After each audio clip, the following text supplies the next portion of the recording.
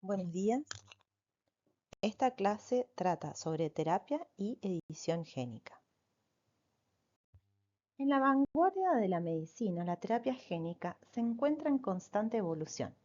Los avances científicos y los esfuerzos colaborativos han dado lugar a nuevas estrategias terapéuticas que podrían cambiarle la vida a pacientes con distintas enfermedades genéticas.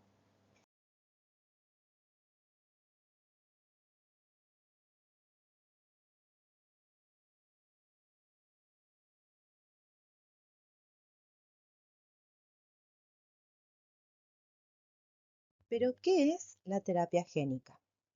La terapia génica es el proceso de introducir, alterar o eliminar genes dentro de las células de un paciente con el objetivo de tratar o prevenir una enfermedad. El objetivo de la terapia génica es corregir mutaciones genéticas responsables de enfermedades, proveer una copia funcional de un gen defectuoso. La terapia génica ha proporcionado opciones de tratamientos para enfermedades que están fuera del alcance de los enfoques tradicionales.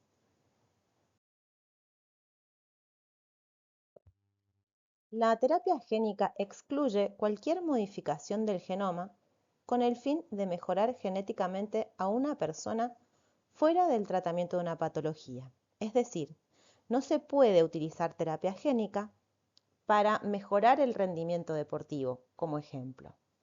A diferencia de la farmacología clásica, en terapia génica, tanto el blanco terapéutico como la molécula terapéutica son ácidos nucleicos. Los elementos a tener en cuenta son los siguientes: el material genético a transferir, el método de transferencia y el tipo celular que incorporará dicho material genético.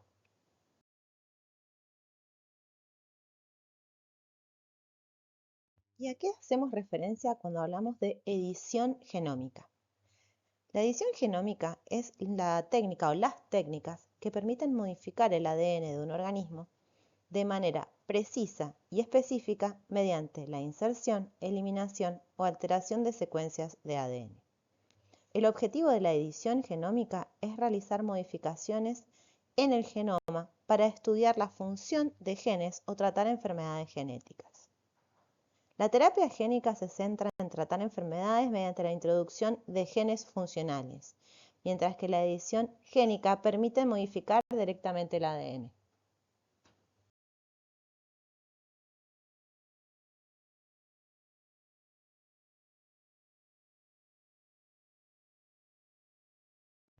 Hemos dicho que la terapia génica es el proceso de introducir o eliminar genes dentro de las células de un paciente con el objetivo de tratar una enfermedad. Ahora la pregunta obvia es: ¿cómo podemos transportar esos genes al interior de la célula? El sistema utilizado para entregar el material genético se conoce como vector, y nos tenemos que imaginar a un vector como un vehículo, como se observa en la imagen, un vehículo capaz de transportar ese material genético. Existen dos tipos de vectores que se utilizan en terapia génica: vectores virales y vectores no virales. Vamos a comenzar con los vectores no virales. Las terapias génicas basadas en vectores no virales utilizan ya sea métodos físicos o químicos para introducir el material genético en las células. Incluyen moléculas lipídicas, polímeros y nanopartículas que encapsulan el transgen y lo protegen hasta su entrega. Los vectores basados en polímeros lipídicos encapsulan el ADN y lo entregan al interior de las células al fusionarse con la membrana celular. Un ejemplo de método físico podría ser la electroporación, que es una técnica basada en el uso de pulsos eléctricos para formar poros en la membrana celular, lo que permite el ingreso del material genético.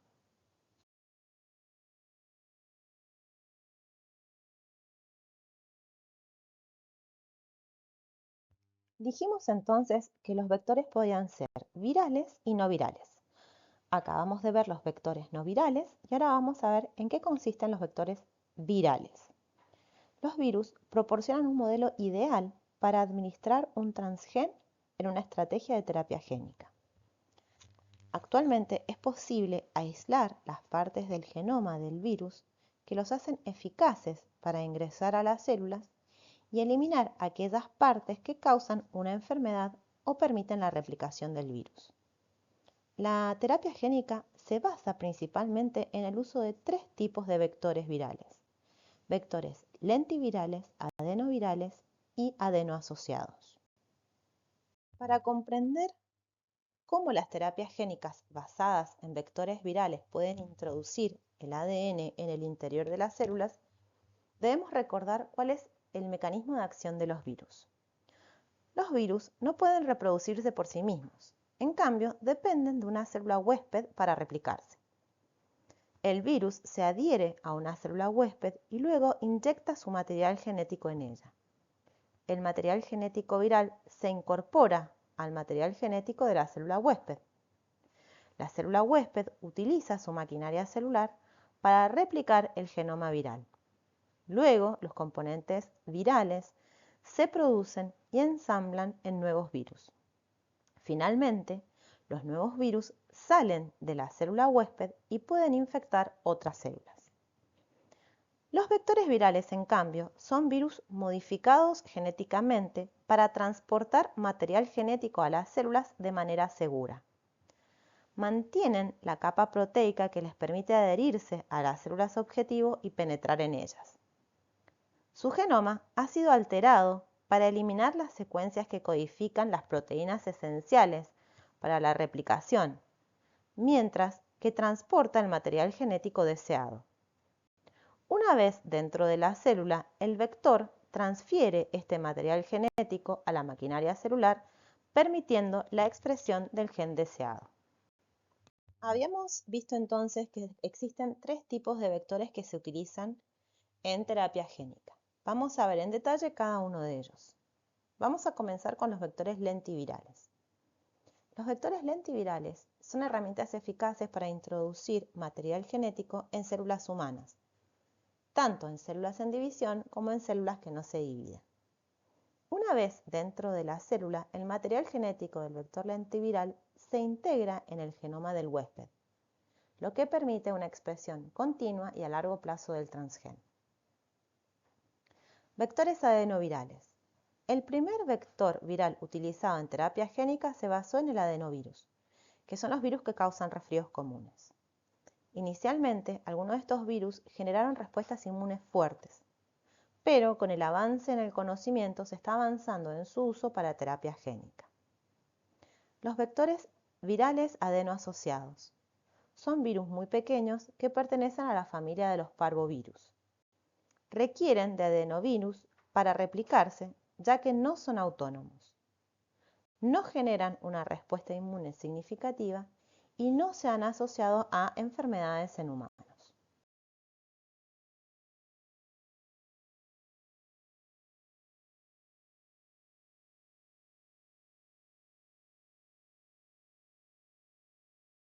Los vectores lentivirales son vectores integrados que insertan, como dijimos previamente, el material genético de manera permanente en el ADN de las células. Esto significa que la expresión del transgen es duradera y se mantiene incluso cuando las células se dividen. Los adenovirus tienen una mayor capacidad de empaquetamiento de material genético, lo que significa que pueden transportar genes más grandes. También tienen niveles más altos de expresión de proteínas en comparación con los adenovirus asociados, pero generalmente generan una respuesta inmune más alta. Los virus adenoasociados no integran el material genético en las células de manera permanente, por lo que el efecto terapéutico puede disminuir con el tiempo a medida que las células se dividen. Sin embargo, son menos inmunogénicos y pueden infectar diferentes tipos de células.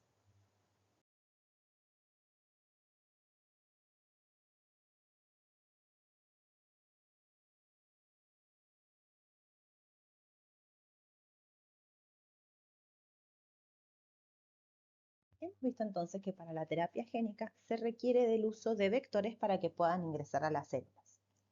Ahora vamos a ver cuáles son los abordajes de terapia génica para el tratamiento de enfermedades genéticas. Es decir, que una vez que tenemos elegido nuestro vector, tenemos que elegir la estrategia para poder introducir ese vector a las células de interés o al organismo del paciente. Existen dos estrategias, el abordaje in vivo y el abordaje ex vivo. En el abordaje in vivo, el gen terapéutico se introduce directamente en el cuerpo del paciente, ya sea mediante vectores adenoasociados o partículas lipídicas, y los vectores tienen un diseño particular que les permite dirigirse a tejidos o células específicas, lo que permite la expresión del transgen en el sitio deseado y minimiza los efectos secundarios. Para la estrategia ex vivo, como se ve en la imagen, las células se extraen del paciente, se cultivan en el laboratorio se realiza el tratamiento de terapia génica por el cual el gen se introduce en las células, esas células se replican y luego, una vez ya replicado el gen de interés en el cultivo celular, esas células se devuelven al paciente. Para la estrategia ex vivo, este enfoque requiere tanto del vector, como habíamos visto, el ADN que conforma el propio gen y una instalación técnicamente sofisticada para procesar las células. Tratar una enfermedad genética en terapia génica requiere mucho más que la identificación del gen de interés. El transgen o el gen terapéutico debe ser entregado al tejido o tejidos blancos fisiológicamente relevantes. Debe expresarse de manera estable y no debe interferir con la integridad funcional de esas células. A continuación vamos a ver dos ejemplos de abordajes ex vivo e in vivo. En la presente diapositiva tenemos un ejemplo de terapia génica ex vivo para el tratamiento de beta-talasemia, que involucra la transferencia de genes a células madre y progenitoras hematopoyéticas. Estas células se obtienen de la médula ósea del paciente y se aíslan utilizando columnas de afinidad. Esas células madre se cultivan ex vivo, es decir, fuera del paciente, en presencia de factores de crecimiento, lo que permite el mantenimiento y la expansión de las células autorrenovables. Luego, estas células se someten al tratamiento con el vector que contiene el ADN que codifica para la beta-globina, bajo el control de un promotor específico de células eritroides. El paciente recibe un régimen de acondicionamiento que elimina las células madre endógenas de la médula ósea y crea espacio en los nichos de la médula ósea para que las células modificadas genéticamente ex vivo se injerten. Las células madre hematopoyéticas corregidas genéticamente se reinfunden intravenosamente y se injertan en la médula ósea, donde se autorrenuevan y se diferencian en todas las líneas hematopoyéticas. Sin embargo, gracias al diseño del vector, la expresión del gen de la beta-globina se restringe solamente a la línea eritroide. Un ejemplo de terapia génica in vivo consiste en el tratamiento de la pérdida de la visión causada por variantes de pérdida de función en el gen RPE65. Este gen codifica para una enzima que convierte a los trans-retiniléster en 11-cis-retinol, como parte del ciclo visual que tiene lugar en el epitelio pigmentario de la retina. El gen se entrega dentro de un vector viral adeno-asociado mediante una inyección debajo de la retina, a través de una vitrectomía. Al inyectar el vector, se crea un espacio debajo de la retina, como se ve en la imagen, y luego de este procedimiento, entonces, el vector transduce las células del epitelio pigmentario de la retina. El transgen permanece episomal, es decir, que no se integra en el ADN de la célula.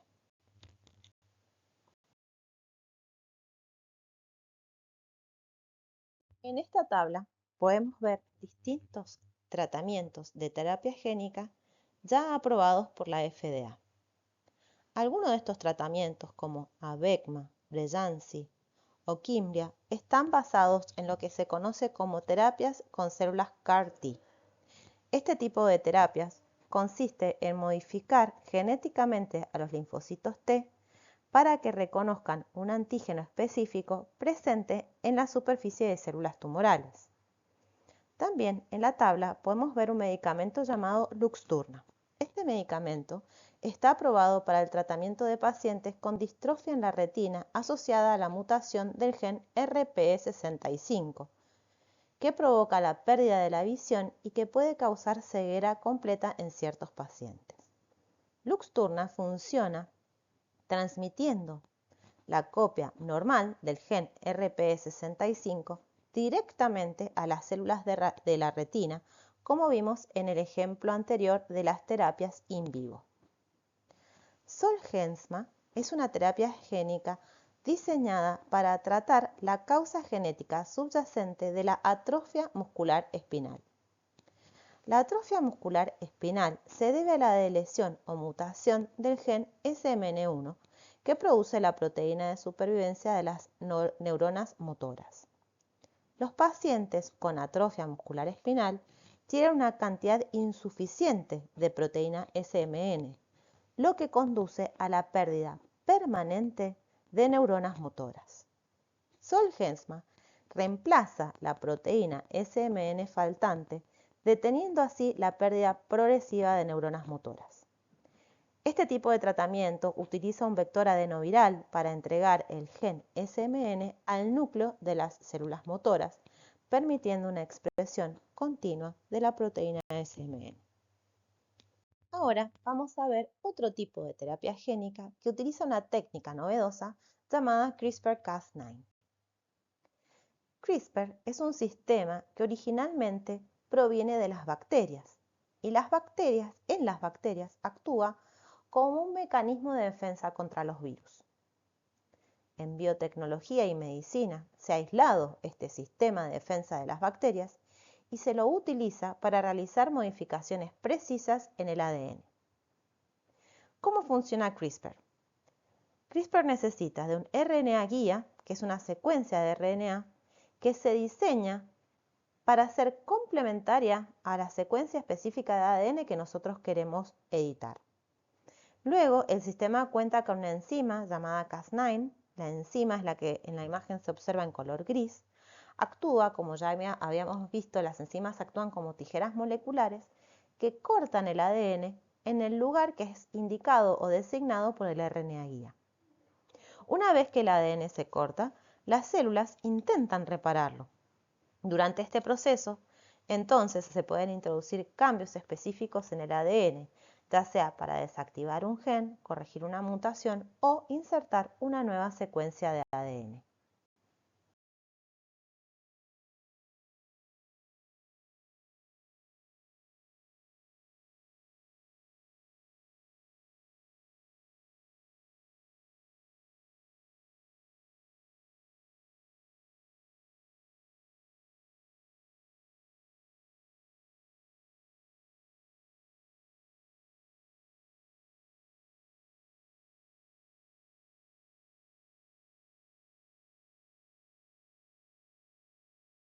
Terapias génicas basadas en CRISPR-Cas9 también pueden utilizar los abordajes ex vivo e in vivo.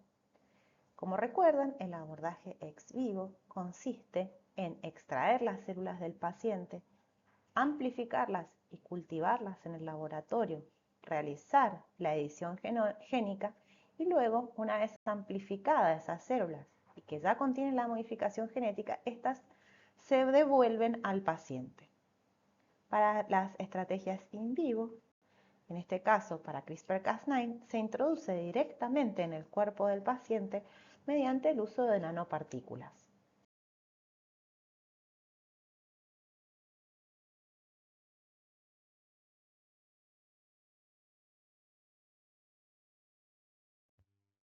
Casgevy es el primer tratamiento basado en CRISPR aprobado por la FDA para el tratamiento de la anemia falciforme y la beta-talasemia.